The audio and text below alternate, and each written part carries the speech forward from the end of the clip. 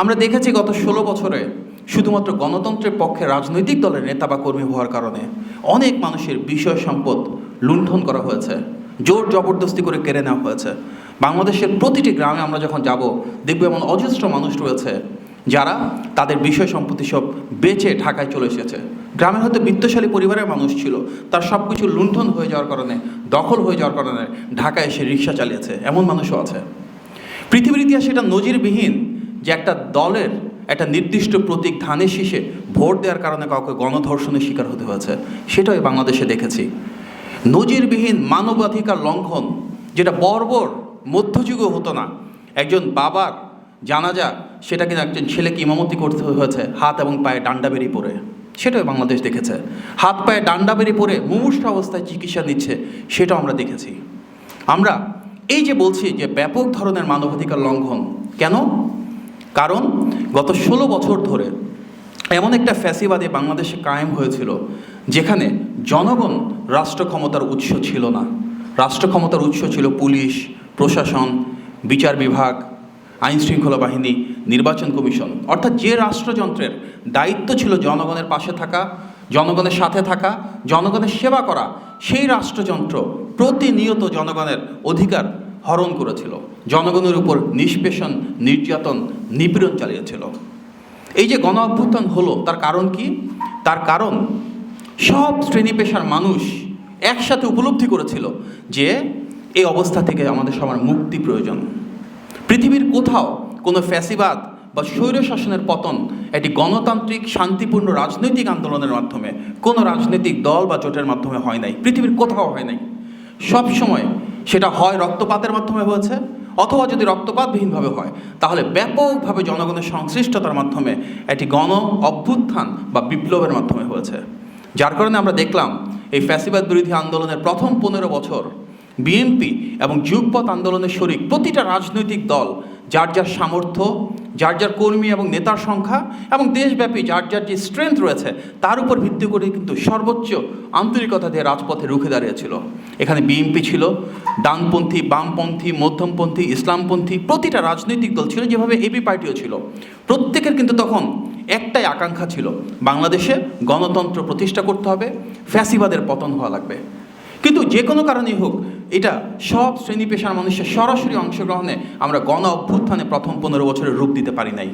যখন এটা গণ অভ্যুত্থানে পরিণত হলো, প্রত্যেকটা শ্রেণীর, প্রত্যেকটা পেশার, প্রত্যেকটা ধর্মের মানুষ নেমে আসলো।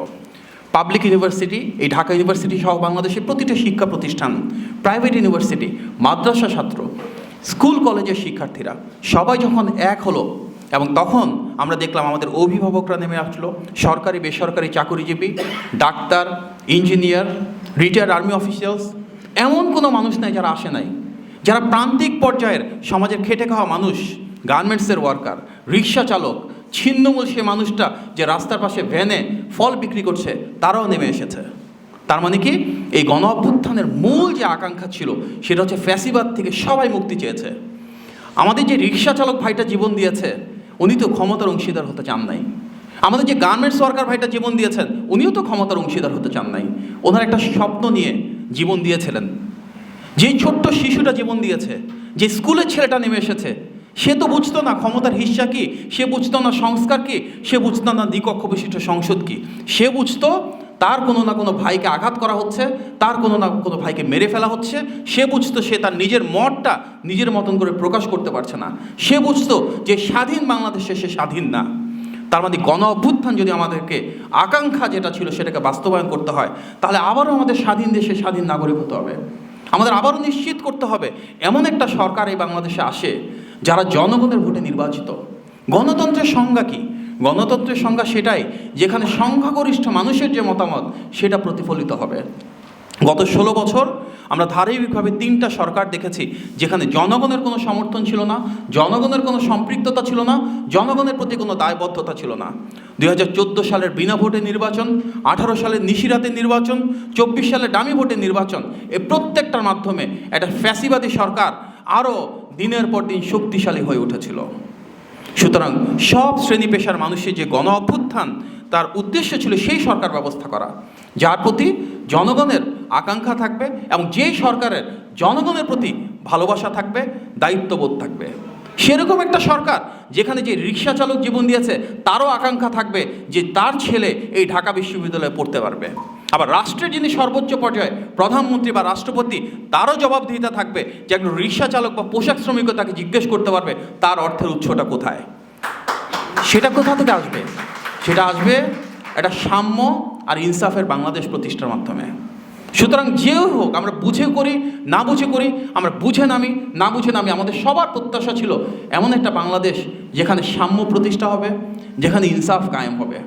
আর সেটা করার জন্য একমাত্র উপায় গণতান্ত্রিক প্রক্রিয়ায় একটি অবাধ, সুষ্ঠু এবং গ্রহণযোগ্য নির্বাচনের মাধ্যমে জনগণের কাছে তাদের রাষ্ট্রীয় ক্ষমতাটাকে হস্তান্তর করা, যেন যেই সরকার আসে সেটি স্বচ্ছ এবং জবাবদিহিমূলক হয়।